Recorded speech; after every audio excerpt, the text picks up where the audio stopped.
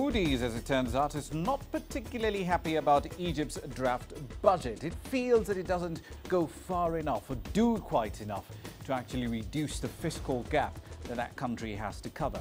Problem is, of course, at the end of the day, there's some hard decisions that Egyptian authorities do need to make between how much they can spend and just exactly how much they can raise via new taxes or by cutting subsidies.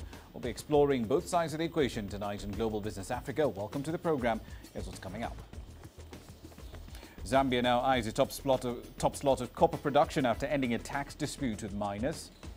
And we'll have the story of a social entrepreneur who's promoting career literacy and entrepreneurial activities among South Africa's young people.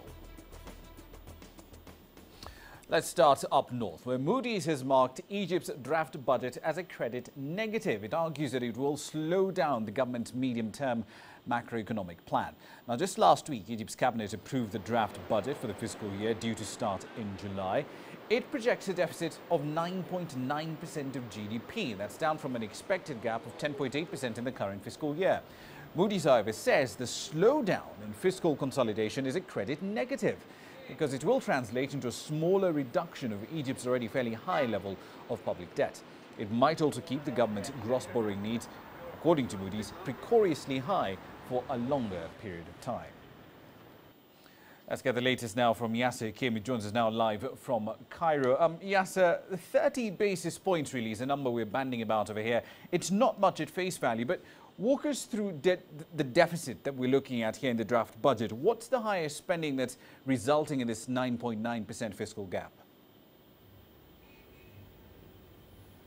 Obviously, subsidies contain the highest at around not less than 2/3 of the budget, because you have subsidies on energy, you have subsidies on food, you have subsidies expenses on health, on insurance, on a lot of aspects that the government is trying to reduce, but cannot reduce quickly because of the social impact this can have. And the government has been saying that it managed to, like you said at the beginning, reduce the gap from 10.8 to 9.6. They're saying that's good enough now. Maybe Moody's not happy, but for the Egyptian government, they're saying they cannot do much more at this point because of the social repercussions. The Egyptian people are already on economic crisis with a lot of burden. The food, the subsidies, energy are the main component that has increased the deficit in this budget. Indeed. Let's look at the revenue side as well. VAT, that's been in the pipeline for a while now. What progress has been made in implementing it? Not much so far. A lot of talk, a lot of discussions, a lot of ideas being thrown out, but every time there is resistance to it from several sections of the society, from businesses, from people, and they're still discussing the percentages, how it can be approved, how it can be applied. So not really much on the VAT at this point. It should have been applied recently in the last fiscal year, but it's not, and we are waiting for confirmation when it will be applied and how. Indeed. One final question for you, Yasser. You mentioned a little earlier, of course, that the pace at which these food and fuel subsidies can be cut is relatively slow. But are there any cuts at all included in this budget for fuel and food subsidies? Yes. The government has already started the plan last year of a 5-year plan to reduce subsidies on energy until it's zero, especially on fuel and on energy to the heavy industry. And it announced that this year there will be a reduction, further reduction. They started last year reducing subsidies on fuel. The prices went up, and they are expecting this year. They said this year as well. They did not mention how much reduction it will be, but they are going to plan this. You have to remember also that expenses are related to the constitution. The constitution that was ratified 2 years ago really stipulates that the government had to spend more on health, more on food, and more on R&D, on research and development in the country. So those three segments will continue to see rising expenses of 10% every year. So the government has to take off more from other parts of from the budget, such as energy and fuel, and this is what it's planning to do, and it is going to reduce further the energy and fuel prices. But it did not say how much, because it doesn't want to cause any stir in the country now, any social backlash or so forth. So they're waiting to decide when it's done. Indeed, we'll leave it there for the time being. Thank you for the update. That's Yasser Hakim live in Cairo. Let's focus on the extractives industry now. Moves by Zambia's government to axe highly contentious mining taxes have been welcomed by industry insiders. Now, next week's tax change effectively ends a 2-year, very bitter, very acrimonious and very public standoff between the government and the mining industry that has hit profits and output in what is Africa's second largest copper producer. Copper mines represents roughly half of Zambia's entire GDP and about 2/3 of exports, according to industry observers. But they only provide 30% of government tax revenue. In a bid to raise income and cut its deficit, the government introduced taxes which were as high as 20%, and that in turn saw investment dry up and copper production plummet. These new lower taxes have been cut to around 9%. They've been enthusiastically welcomed by Pius Kasolo, the CEO of Zambia's largely government-owned ZCCM Investment Holdings company. He spoke to Richard Bestick in London. Yeah, it's a win-win situation for both us, the mining companies, and the government. From the little information I have, and from the mining companies, they reckon the government, in actual fact, is going to collect more taxes than it could have done. I did continue with punitive taxes that they've done. You know, 20% on your gross, it's nearly impossible to pay that. But 9%, most of the companies will be paying anyway. And of course, what it will mean is an end to what has been a 2-year standoff between the government and Zambia's mining companies. Yeah, it was. It affected the mining industry in Zambia. You could see from, because most of the money we get from our dividends, and you could see that most of the mining companies couldn't pay dividends because they blamed the punitive taxes on their poor performance. And the biggest thing also was the capex. All the new capital projects were put to a halt, and that, of course, to take another 3 years to come and restart those projects. And of course, all of this while you're embroiled in a massive privatization program. Yeah. It's to be honest, it's a requirement for the Osaka Stock Exchange, where they don't really allow one company to own more than 75 in an entity which is listed. And the government could have defaulted had they not acted on it. So the government acted, and they said they're going to even dilute from more than 75% to 60%. The next 17% are going to be on offer on the market in 2 weeks' time. It will be first, we're going to give it to the Zambian people. We call it a millennium gift, because that's 50 years of Zambian independence. So we're saying, let's give a chance to Zambian people to own shares in one of the biggest companies on the stock exchange. And after 1 month, whatever remains, we're going to open to the public, to anyone in the world who can buy those shares. So you think you'll be dependent on the international markets to make up the shortfall? Yeah, we will do that. I'm in London. I've been talking to investors, and they're so keen about it. They're really keen about buying shares in ZCCM. Currently, Zambia is the continent's second largest producer of copper. What do you see for the future? What does the future hold for Zambia and its mining industry? Look at the infrastructure. The government has invested so much in infrastructure. I reckon in 2 years' time we'll be on top of Africa. I reckon. I'm very, very confident about that. On a bit of tech news now, the Chinese mobile phone maker Tecno has launched the WinPad 10 into the Nigerian market. That mobile device is basically a hybrid. It combines the best features, if you will, of a tablet and a laptop. It runs on one of Intel's Atom processors for tablets, and it's expected to offer users a whole new experience. It was launched in the commercial capital of Lagos, and the company says it will be available for sale right across the country. The Techno Wind Patented is a very fantastic product.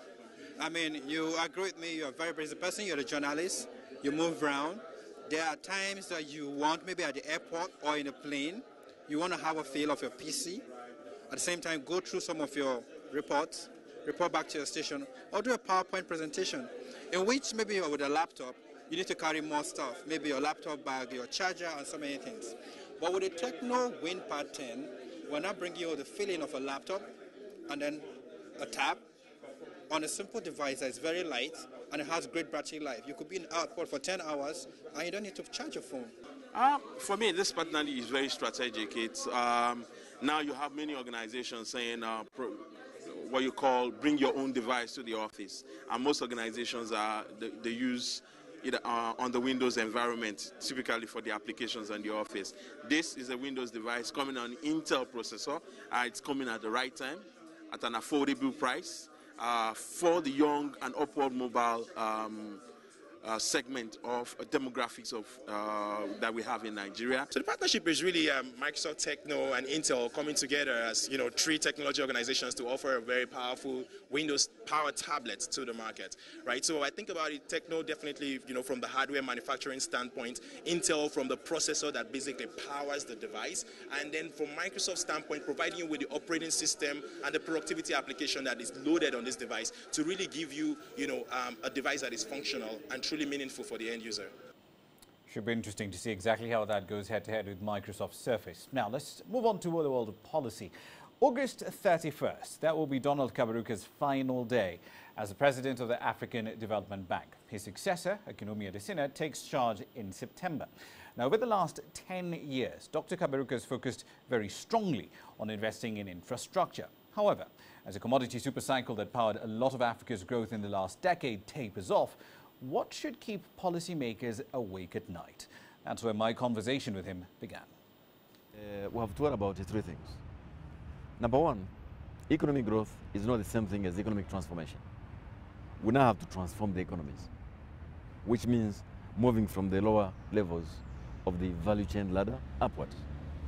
Second, we have to worry about inclusion and inequalities, because it's one thing to create a growing economy, but if large sections of people feel excluded, it's not sustainable. And we have to worry about jobs for the young people. So I think now we are at a place where those three, for me, struck me as fundamental to all the leaders of Africa, whether political leaders, business leaders, or institutions leaders. Over the last 10 years, I mean, the AFDB's focused very strongly on infrastructure, but are there things that you could have done better looking back on your time in office? Rama, if I was to do it again, I would do it the same way, without an apology. What I might do differently is to perhaps focus as much on non-tariff restrictions and non-infrastructure aspects of integration. What is it exactly that African governments are afraid of when it comes to the free movement of people and goods across their borders? Ask Kenyans, ask Rwandans, ask Ugandans. There are fears based on a calculus of I win, you lose. A zero-sum game. I think the three countries have demonstrated that we have all something to gain from an expanding market, a growing market. Now, there are issues of security, issues of illegal immigrants, money launderers, but by working together, actually, you're much able to resolve those issues than by closing your borders. You cannot close an African border. It's a fiction. It's a fiction. Is that perhaps the way to go, these small piecemeal approaches, instead of trying a big bang push and saying, okay, all of you guys in COMESA, SADC, EAC, do this thing at once? I'm a firm believer in moving by the fastest mover. We cannot wait for the last mover. I'm a firm believer in showing what can be done where there is political will. So yes, let us have movement by geometric variables, if so be it. If some countries want to stay behind, those entirely their choice, wrong choices. But those who are ready to move, like these countries have done, I said to President Uhuru Kenyatta this morning that I recommend and urge them to go even further. Let's focus on infrastructure briefly, especially East Africa. Kenya and Tanzania have been investing heavily in roads, rail and port capacity. And some have argued that given the cost involved in building the Kenyan SGR, building the Tanzanian rail line from the port of Bagamoyo inland, the cost of those respective ports, Bagamoyo, Lamu, and so on and so forth, that there perhaps might be a case of overcapacity that we're putting ourselves into? Oh, Rama, honestly, South Africa in the 1990s, mid-90s, were told that they have overcapacity in energy. They were told. It took them to begin preparing for the World Cup. It took the building of the Gautrain. It took increased demand for energy because of rolling out for previously marginalized communities. For the country now to find itself, there's a huge gap in energy. Look, I'd rather have overcapacity in energy, all right, and pay for it, than to have to pay down the line for not having been ahead of the problem. I'd rather have an airline. An aviation sector, where I plan for the future, no deal with the problems of the past. So careful planning is necessary, of course. But this continent growing at 7%, expanding the way it is, attracting business the way it is, I don't buy the view that we're over-investing in infrastructure. To the contrary, it is time for a second big push, especially on energy, on maritime ports, and more undersea fibers. My conversation there earlier with the outgoing president of the African Development Bank. Let's make a quick run through the markets here for you. One of the interesting casualties of that report by the Farnham Commission that was looking into the Marikana massacre is the company at the heart of that particular dispute, Lonmin. Its shares have fallen quite steeply in trading both in London and, of course, in South Africa. In London, they were down by over 3% by 0900 GMT earlier today. And in Joburg, they're down to 2.5-month low, down over 2 percentage points as well, among the worst performers in their respective markets. After more than 6 decades, the DRC's main airport gets a new multi-million-dollar facelift. We'll have the details. And we'll be having more conversations with Somalia's president this time. He'll be spelling out his economic agenda. Africa is on the move. It's home to 7 of the world's 10 fastest growing economies. We help you make sense of the fast-changing African business landscape. We take you where the business is happening. Global Business, weekdays at this time on CCTV Africa.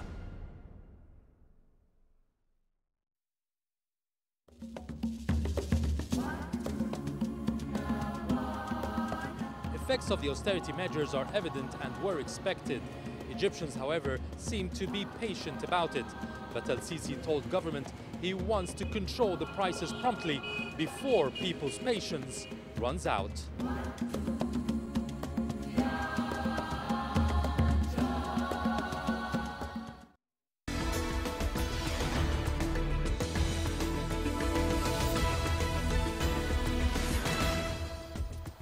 Welcome back to the program. Now let's move on to the DRC. The country's president, Joseph Kabila, has launched a new $68 million terminal and control tower at the Kinshasa International Airport. Now, the upgrade is part of a major investment in airports right across this vast country.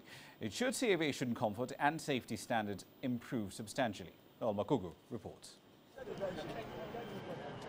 Djili International Airport in the Democratic Republic of Congo's capital, Kinshasa, is enjoying a fresh look with a new terminal dedicated to international arrivals and departures. Created to assure Type C quality of service, which is good according to the nomenclature of the IATA, with a peak hour processing capacity of 450 to 500. It has show airport systems and equipment for processing of passengers and luggage. The $68 million terminal, which boasts high-tech surveillance systems, was a response to the urgent needs of the aging facilities and equipment of the 61-year-old international airport. The Democratic Republic of Congo is a centerpiece in access to regional integration facilities in Africa and in relations between Africa and the rest of the world.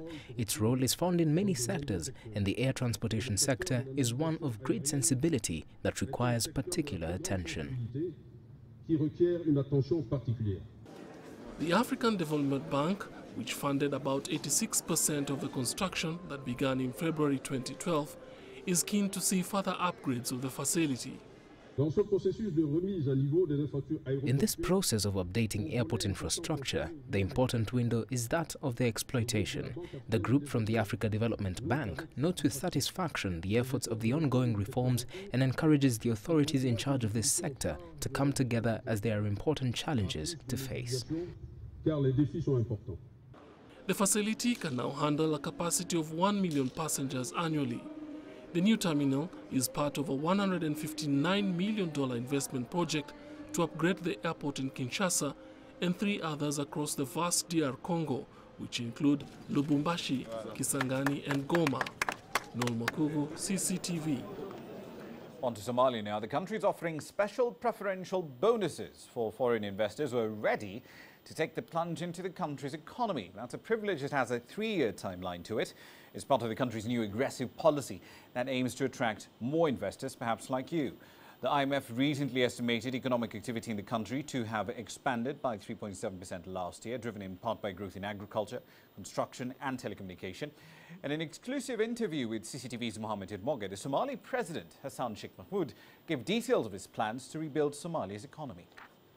At this particular time, Somalia will provide a preferential treatment for those investors that are going to pioneer in investing Somalia, rather than those who will invest Somalia after 3 years or 2 years, after 5 years, when Somalia become fully stable country.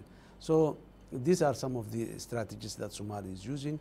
We're developing the legal framework, and we are developing practices that attract the foreign direct investment into Somalia, and the potentiality is there in terms of fishery, in terms of agriculture, in terms of gas and oil, in terms of other minerals, and in terms of livestock. So Somalia is ready and open for business. Let's talk about the Somalia's oil prospects. Mr. President, seismic surveys results have shown that Somalia's oil prospects are quite encouraging. Is it time perhaps for your country to invite international multinational oil companies so that you sign cooperation and extraction deals? We are not in a hurry to sign contracts or concessions. First of all, we want to prepare the ground for 2 things. One is that we are sure that the oil will benefit for the Somali people at the best possible way. And number 2 is to make sure that the investors who are going to invest in the oil and gas industry, that they will not meet with inconveniences later on. So here we're building the legal framework, and we're building the political framework, including the sharing of the resources. Somalia has recognized the former concessions that were existing when the Somali state was functioning. Those has been recognized as still the rights are still there for the multinationals. Yes, the rights is still recognized, but we renegotiate so that we will have the existing practices of today. The Hawala remittance providers have been reopened in Kenya just 1 day ago, after a siege that lasted for more than 2 months, an issue that has had huge impacts on the livelihood of many Somalis here. The question is, how is your administration putting up efforts to ensure that the Hawala survive, since we all know that 40% of the Somali population depend on the Hawala system? Hawala industry is a very, very important industry for this region of East Africa and the Horn of Africa. And Somalia, Ethiopia, Kenya are the major beneficiaries of this. Somalia is not the one that benefits the most, but it's the one that it affects the most. So we've been working with our neighbors, Ethiopia, Kenya, and we've been working through IGAD, the regional organization. We have established the task force for the Hawala here in Somalia and at the regional level, and there was a serious discussion going on. The results have been already seen. The Somali government, the Kenyan government has been working together, and we are seeing now the results. Now, as far as commodities go, more often than not, to focus on the raw material that you actually buy and sell on the back end of the market. But let's focus for a change on the retail side of things. Crude oil prices being where they are and African currencies having been hit as they are, we're now starting to see that move into the retail side of things. South Africa, for example, will be raising petrol pump prices by 3%. Kenya did pretty much the same thing about 2 weeks ago, and that is a cycle that you will then continue to see, especially given the weakening of currencies moving right across the region.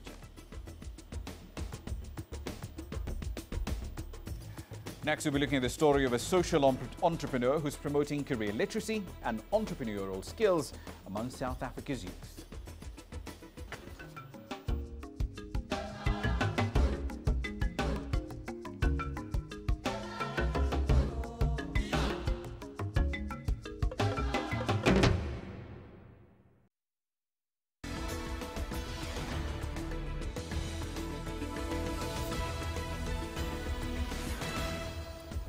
Welcome back. As South Africa remembers and celebrates its youth in the month of June, Thokoza Myo is a social entrepreneur who's creating opportunities among other young South Africans. Julie Shire has more on her efforts on grassroots tonight. Engaging with the youth even during school holidays. This is Thokoza Myo, a social entrepreneur who promotes career literacy and entrepreneurial activities through her Beyond the Lemonade Stand program. The project was started to address the challenge of this defeatist mindset that seems to be prevalent in under-resourced communities, especially amongst young people. So I wanted to create an opportunity to give evidence to young people that supports the fact that they actually have the capability and ability to achieve way more than they think they're capable of. The story of these students from Ingaviziele High School in Tembisa starts with Thokoza's pilot project of starting a school newspaper run entirely by 20 grade 9 learners. It has been wonderful. It has been a true revelation of what we actually are looking for within our communities, in our schools. I think these skills are going to help me in the future because, for example, I've learned how to stand in front of many people and talk to them and say anything that I want to say. The program is very important, make us aware that everything is possible, and it also exposes us to the world of work. And I think the program is very important, and I think it would mean a lot to me and my colleagues that the program could multiply to other schools. Thokoza hopes to reach other under-resourced schools with her Beyond the Lemonade newspaper program, but lacks the funds and the resources. Hi, my name is Setiki Kana. I'm only 17 years old. I'm a future journalist because I work in the newspaper called Beyond the Lemonade Stand, and you need to know about our story. We would like to have a school newspaper team in every school. Nationally around South Africa, specifically under-resourced schools. But the big thing that we need now is capital to enable us to roll this thing out into more schools. 1, 2, 3. Thokoza's drive and vision has inspired others to also be part of the change. I envision South Africa with an educated youth, a youth that actually wants to produce value for this country as opposed to expecting handouts from the government, which has been very prominent. And so it's very interesting to me to see how someone is actually equipping that youth to create value. I am tired of living in this possibility of a prosperous Africa. I actually want to live in the reality right now, and I believe strongly that engaging young people in a meaningful way as primary to making the transition. So we have to equip them, and we've got to give them the opportunity to build the kind of skills that are relevant to move us from a third world to a first world. The skills are in place, the confidence has been gained, and this group of youngsters are ready to become the solution to this country's most urgent challenges. Julie Shire, CCTV, Tembisa, Johannesburg. Perhaps the next Aliko Dangote will come from that group. That's it for this edition of Global Business Africa. As always, we'd like your feedback, your thoughts and your ideas. Send them to globalbusinessafrica@cctv.com. We'll leave it there for the time being. See you on Monday. Thank you for watching. I'm Ramanyan.